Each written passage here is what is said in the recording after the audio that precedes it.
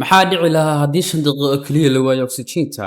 Ma ogtahay neefta aad hadda qaadatay waa nimco aad haysato keliya ay dareemayaan dadka oksijiinta ku xiran tahay. Waxay u muuqataa wax iska caadi ah, laakiin ka waran haddii dunidu ay weydo oksijiinta muddo 5 daqiiqo oo keliya ah. Waxaa dhici lahaa ma ahan oo keliya inaad neefta ku dhibtooto, waxay noqon lahayd burbur dhammaystiran oo ku yimaada qaab dhismeedka koonkan aynu ku noolnahay. Dhammaadka muuqaalkana waa mid aad ku cibro qaadan doontid, waayo safarkan waxaynu ku eegaynaa masiibada ka dhalanaysa 5 daqiiqo oo oksijiin la'aan ah iyo sababaha ka dambeeya. Hana ilaawin inaad channelkan subscribe noo dhahdo si aan u soo gudbino muuqaalo la mid ah kuwan oo kale. Dhibaatadu waxay ka bilaabataa hareerahaaga ka hor intaysan jidhkaaga soo gaarin.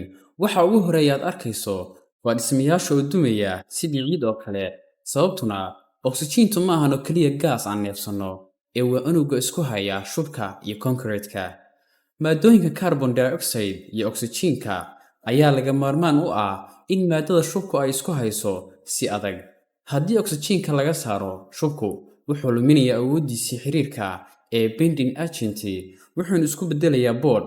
Taas waxay la mid tahay adigoo derbi ka saaray dhammaan sawirkii isku hayay, taasoo ka dhalanayso in gebi ahaanba dhismihii dhumo. Isla markaas waxaad arkaysaa biraha oo isku dhalaalaya iyadoo aan dab la saarin. Sababta cilmiyeed ee ka dambaysana waxaa lagu yeeraa cold welding.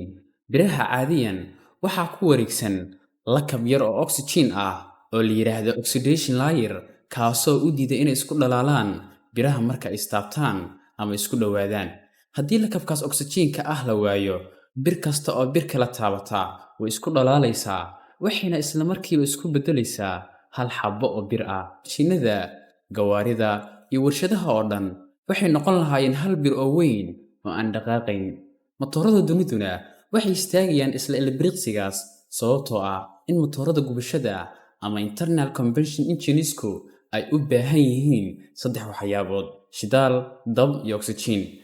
Haddii oksijiinku ka maqan yahay hawada, shidaalku ma guban karo. Taas macnaheedu diyaaradaha cirka maraya waxay luminayaan awooddii ay ku duulayeen. Gawaariduna waxay u istaagayaan sidii inay shidaal beeleen, iyadoo kumanaan diyaarado ay bilaabayaan inay soo dhacaan, maadaama aysan jirin wax mashiin ah oo shaqaynaya. Haddii aad kor ka eegto cirkan quruxda badan ee buluugga ah, wuxuu isku beddelayaa madow xilli ay maalin tahay. Sababtuna iftiinka qorraxda marka uu soo galo dhulka wuxuu ku dhacaa unugyada oksijiinka, taas oo firdhisa iftiinka buluugga ah ee Rayleigh scattering.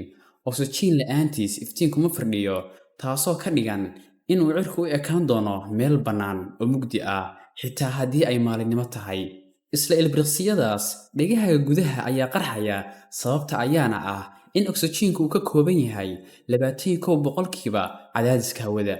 Haddii 21% cadaadiskaas la waayo mar qura, waxay la mid tahay adigoo joog dhan 2,000 oo mitir oo god madow ah lagugu tuuray. Isbeddelka degdega ah ee cadaadiskaas ayaa keenaya in durbaanka dhegta uu dilaaco. Qof kasta oo dunidan joogana uu maqalka luminayo isla markiiba. Markaynu u nimaano jidhkaaga, xaaladdu waxay noqonaysaa mid naxdin leh.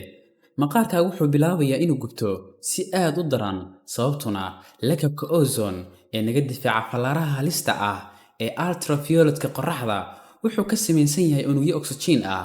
Haddii la waayo oksijiinka, lakabka ozone wuu dhumayaa. Fallaaraha qorraxda ee aadka u kululna waxay maqaarka bini'aadamka iyo dhirta u soo abbaarayaan si toos ah, oo maqaarkaaga gabi ahaanba wuu gubanayaa ilbiriqsiyo gudahood. Hadda bal qiyaas, adigoo dareemaya in dhulkii aad ku istaagsanayd oo gabi ahaanba dhumayo. Sababta ayaana ah in 45% ka mid ah qolofta dhulka ee loo yaqaana Earth's crust ay ka kooban tahay oksijiin. Oksijiinku waa waxa isku haya dhagaxaanta iyo macdanta dhulka hoostiisa ah. Haddii la waayana oksijiinta, kala badh ka mid ah maaddada dhulka isku haysay, dhulku ma sii jiri karo. Dhulku wuxuu bilaabayaa inuu burburo oo u dumo dhinac hoose, taasoo ka dhigan tahay inaan ku dhacayno god bilaa dhammaad ah. Inkastoo dhammaan waxyaabaha aan soo sheegnay ay ku dhacayaan ilbiriqsiyo gudahood. 5 daqiiqo kadib, oksijiinku wuu soo laaban karaa, laakiin ma jiri doono qof haray oo neefsan kara. Dhismayaashu waxay noqdeen boodh, birihii way isku dhalaaleen, badihiina waxay isku beddeleen uumi hydrogen ah. maadaama moleculeska biyaha ay ka kooban yihiin hydrogen iyo oxygen. Waxay u muuqataa wax yar, laakiin 5 daqiiqo oxygen la'aan ah waa dhammaadka nolosha iyo koonka. Masiibadan ballaaran ee ku dhici karta 5 daqiiqo oo keliya waxayna tusinaysaa in koonkan oo dhan uu ku taagan yahay amarka iyo xifdiga Allah subxaanahu wa tacaala. Innaga qaarkeen waxaa laga yaabaa inay nala weyn tahay dumista dhulkan iyo madoobaadka cirka, laakiin Allah agtiisa dumista koonkan iyo dib u soo celintiisu waxba lama ahan. Isaga ah midka isku haya dhismooyinka, xaajiya cadaadiska hawada, inoo sakhiray oksijiinka aan ku neefsano si bilaash ah. Tani waxay xusuusin u tahay qof kasta oo muslim ah in aan marnaba ka jeedsan xuska Allah subxaanahu wa tacaala. Haddii 5 daqiiqo oo keliya laga jaro koonkan hal nimco oo ka mid ah kumanaanka nimco ee uu nagu manaystay Allah subxaanahu wa tacaala, nolosheennu waxay isu beddelaysaa waxba. Sidaas darteed, waxaana looga baahan yahay inaan Allah mar walba ku xamdino, nimcooyinkiisana aan ku shukrino. Neef kasta oo aad qaadato waa fursad cusub iyo hadiyad xag Alle ka timid. Waxaana lagaga baahan yahay inaad mar kasta dhahdo alxamdulillaah. Haddaba daawade, haddii aad halkan nala soo gaartay, subscribe noo dheh channelka, like saar muuqaalka, mahadsanid.